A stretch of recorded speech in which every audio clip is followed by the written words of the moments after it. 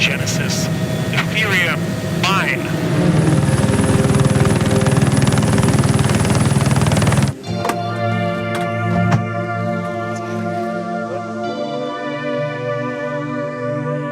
Marco Streng has made millions in cryptocurrency. He started mining Bitcoin in his dorm room. Nearly a decade later, the 28-year-old college dropout turned a single wheezing computer into a lucrative crypto mining empire. What you're seeing here is the Enigma facility, which is the largest Ethereum mining facility in the world.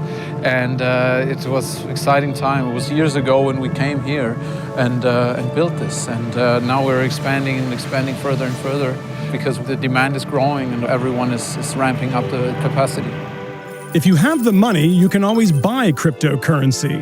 Last year, Bitcoin peaked at almost $20,000. Or you can earn it by running a cryptocurrency mine, a network of computers that serve as the backbone of the crypto economy. What are these machines doing? So those computers are miners. They are mining cryptocurrencies and they're validating the transactions on the blockchain. And they get a reward for that. So if I pay somebody for something in a cryptocurrency, it's being validated potentially by one of these computers. Yeah, that's true. And when somebody makes that transaction, you validate it here in Iceland and you make money. Yes. How much does one of these cost to create? If I'm going to create one of these at home, one of these units. $2,000. And how many are in here, in this one warehouse here? Tens of thousands. Yeah. Tens of thousands. Mining operations like Marco's were made possible by pseudonymous programmer Satoshi Nakamoto, who in 2009 created Bitcoin, a decentralized digital currency run by no one entity and beyond the control of any one government. But Nakamoto, whose true identity remains a well-guarded secret, faced an obvious problem. If no physical currency exists, who tracks the ownership of a digital coin? To solve this, he created the blockchain, software that records and stores information, like who owns a Bitcoin, on a decentralized ledger shared across millions of computers. It can't be changed, and it's nearly impossible to hack. The big thing about mining in general is that it's not one single central entity that validates all the transactions. The miners all over the world are validating them. So this server farm on this kind of moonscape of Iceland, this might replace a central bank. It's not only replacing, actually, it's making a central entity obsolete. It's a scam, it's a bubble, it's going to burst, everyone's going to lose all their money. For some cryptocurrencies, it's most likely true, but I see real value in, for example, Bitcoin or Ethereum. The underlying technology is phenomenal. I've had people tell me this, that this is the most revolutionary technology that we've seen since the wide-scale adoption of the internet. Very comparable to the beginning of the internet. At the beginning, it was just a protocol, very abstract. But now, I mean, we're nearly doing everything in the internet. Blockchain, which some are comparing to the early days of the internet. It sounds confusing, but listen up. It introduces so many opportunities, so many unique business models. People say blockchain could end companies as we know them. For regulators, it is certainly a concern. You have things like the SEC, you have FinCEN, you have the IRS. But while the business world scrambles to exploit it and governments rush to regulate it, countries like Russia see a very different opportunity. My sense of cryptocurrency is largely driven to evade U.S. sanctions and to undermine sovereign currencies. Both of them are a challenge to the national interests of the United States. We need to search for unconventional solutions. These are the people who will build our new future and live there. One of those unconventional solutions is the Ethereum blockchain, created by a man named Vitalik Buterin. Я с большим удовольствием приглашаю на сцену основателя компании Ethereum, главный рок-н-ролльщик биткоина и майнинга Виталия Бутерина. Raised in Canada to Russian parents, Vitalik is the blockchain movement's biggest celebrity. If blockchains are as transformative as the proponents are saying they are, then that would imply that eventually we'll see hundreds of millions of people using it in some way or another. Vitalik created the Ethereum blockchain when he was just 21 years old, and its cryptocurrency, the Ether, is second only to Bitcoin. Its market cap increased by over 10,000% in 2017. Vitalik is on a global campaign to raise awareness of his creation and its potential applications for business, finance, and government. Друзья мои, спасибо большое. Давайте поаплодируем Виталик, Влад, Ethereum.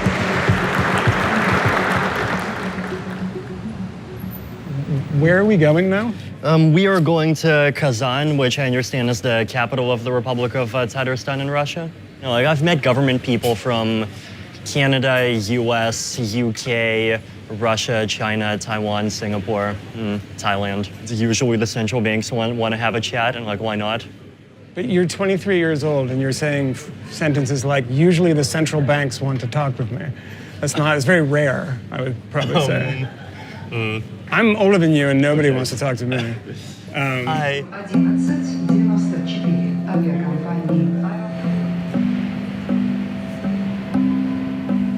Am I riding with you guys? No, we can't. I think you're riding in this car.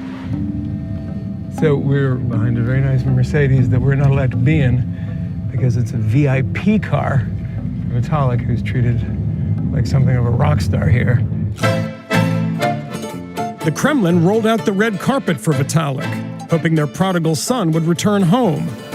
Это особый колорит и атмосфера Казани. Это сразу чувствуется. Казань. Вот там вдали мы можем видеть только часть самого крупного медиаэкрана Европы. Right now we are going to the Unified Presentation Center of the Republic of Tatarstan. Oh, shit. This is the place where we make wow effect. So the government of Kazan is pulling out all the stops for Vitalik. We are on what appears to be hour 3 of a never-ending tour of the city. And what this has to do with blockchain is anyone's guess. The Russian government's hope is that Vitalik's technology can be as transformative for their own finances as it has been for his. So I heard about Bitcoin for the first time in maybe February 2011. Eventually, I found a guy who was willing to pay me 5 Bitcoins per article for writing articles for his Bitcoin blog. And what was Bitcoin worth at the time? Each Bitcoin was $0.8. $0.8, so you're getting 5 per article, and now that would be $5,000 an article. Right. More or less, okay. Yeah. You know, being a high school guy with not much money, I thought $1.5 an hour was a fairly reasonable wage, so That was a good deal to you. $1.5 an hour. Yeah, fight for 1.5. Yeah. Explain to me why this technology is so transformational that people think it'll change the world. Because they represent kind of epochal changes in the options that we have for interacting with each other. With Bitcoin, it's you don't need banks to send money anymore. It's just something that happens directly peer-to-peer. And Ethereum extends that to making digitally enforceable agreements. That changes whole industries, doesn't it? And it hasn't yet, but we'll see.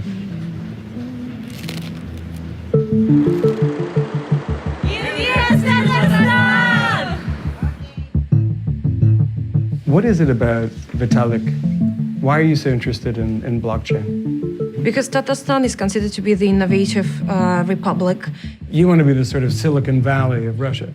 Exactly. That's what we are trying to do. And Vitalik seems like a guy that could help you do that, right? He is considered to be like an IT hero, let's say, for young people. Is that something that the Kremlin in Moscow is happy about? Yes. It is? I think so, yeah.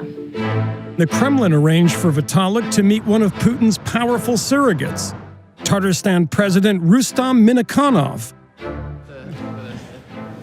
Вот Роман у нас за информатизацию, за все отвечает. Вот, мой помощник, который тоже такой же любит блокчейны разные.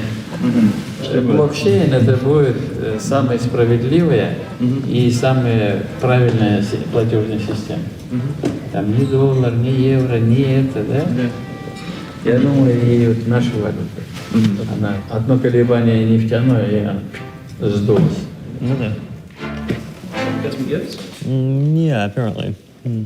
Придется научиться бильярд играть. Нет, это американский, кстати. Американский поло-бильярд — это 2 разные игры, да? Да, это русский бильярд сложнее. Понял. Больше шары, меньше лузы. И стол больше. Слабенькие американцы. In expectation of his arrival, the president arranged a hackathon for Vitalik in hopes that he might inspire a new generation of Russian tech leaders. So we're at a government-sponsored blockchain hackathon where Vitalik is the star guest and one of the judges. Здесь так слышно.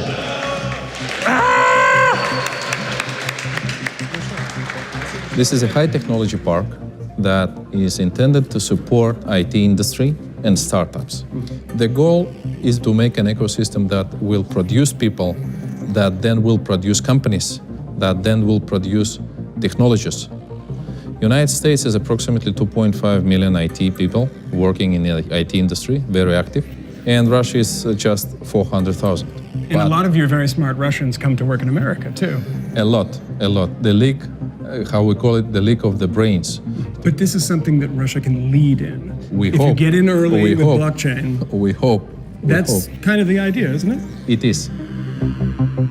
In 2016, the Kremlin was on the verge of banning cryptocurrency transactions. But that hostility has turned to opportunity.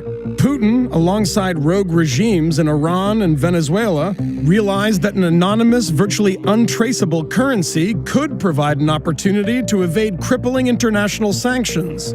When you were at the St. Petersburg Economic Forum, you were pulled aside by President Putin. What was that like? What did he want to talk about?